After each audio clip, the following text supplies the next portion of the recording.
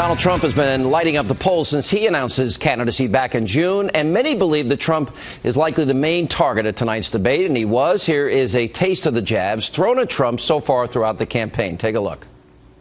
Donald Trump's view is that the end is near.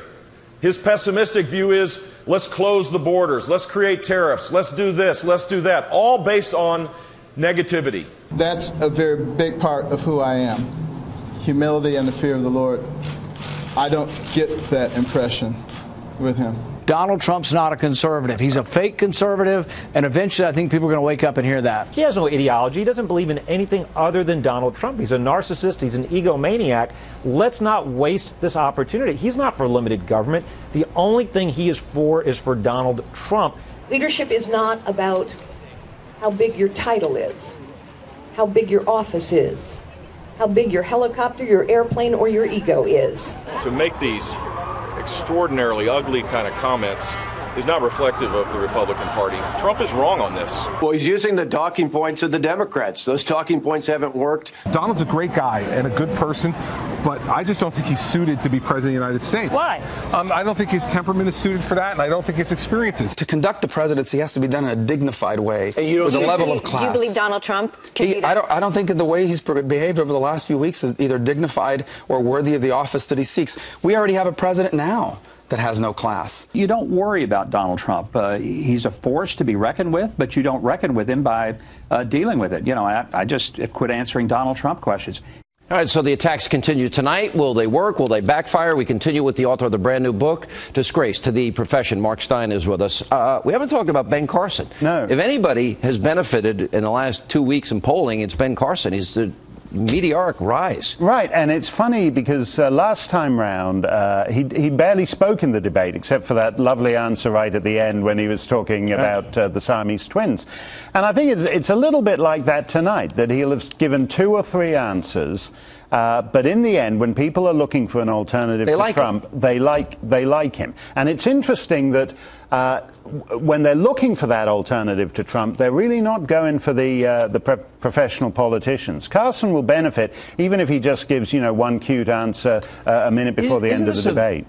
I think people don't understand the history of debates. Debates aren't really about the whole debate. No. This debate tonight is going to be forgotten as soon as it's over. Yeah. But debates are really about moments. Right. This is my microphone. Right. There you go again. Or even Carson's answer in the last debate, which I thought was a home run, and I didn't think he was having a particularly great debate up to that point. No, and I think when people measure a debate moment by moment, which happened with Frank Luntz after the last debate, where the people who watched it moment by moment thought Trump was a disaster, and in the end he only widened his lead after the debate. You think that happens tonight? Well, I think in a sense, he might have topped out because he's a 16-man field. 30% is a lot. Yeah, well, exactly. I mean, people keep talking about, he's got a ceiling. He's got a ceiling. The ceiling keeps getting higher. They keep raising the ceiling. And the point, if you take Trump, Carson, and Fiorina, you've got 13 people mopping up 40% of the sort of professional politician vote. One of those guys, I thought that's what Christie was doing tonight. I thought in a sense, actually Lindsey Graham in the first debate, actually, I know you're... Come on. Seriously? No, look, I'm not saying... You just gave away by rolling of the eyes. No, I know, but look, Lindsey Graham is not going to be president. No, but here's the point. Lindsey Graham understood what the second debate was about, and he came out... He did. And he was passionate for his big thing.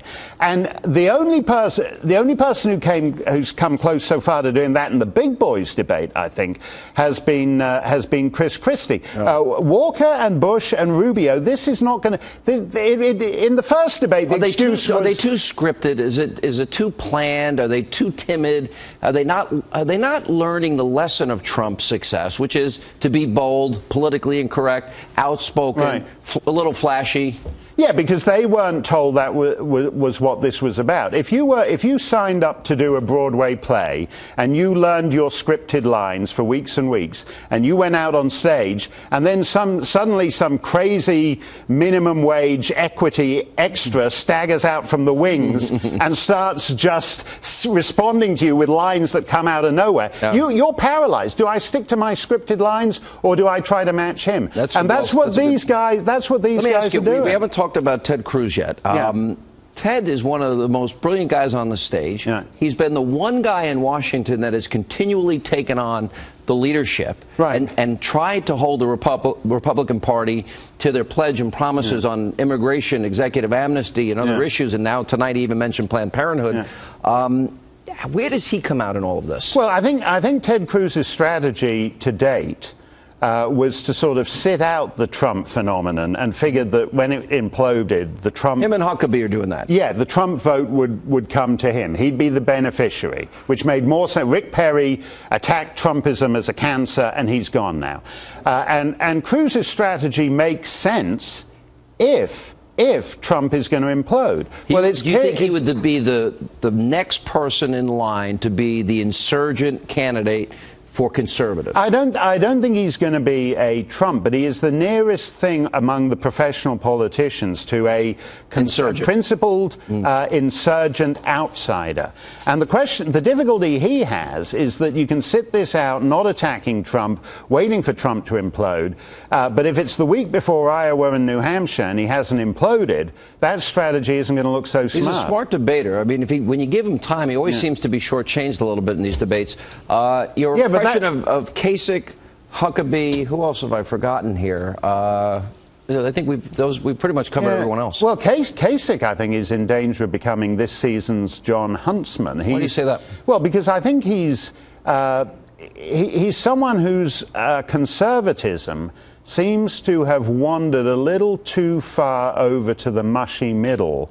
And there may be a calculation to that as he sees it, there's a gap on the sort of on the kind of left of the Republican Party. Well, you think he's consciously going for the more establishment vote? Well, I think he's to maybe replace Walker or Jeb. So look at it this way: if Jeb Bush is supposed to be the compassionate conservative guy who thinks illegal immigration is an act of love, and Jeb has been a low-energy disaster, then the question is, maybe that's the gap in the market, to be the kind of soft Republican left candidate that people will coalesce around. Huckabee, he obviously has very big base with the evangelicals.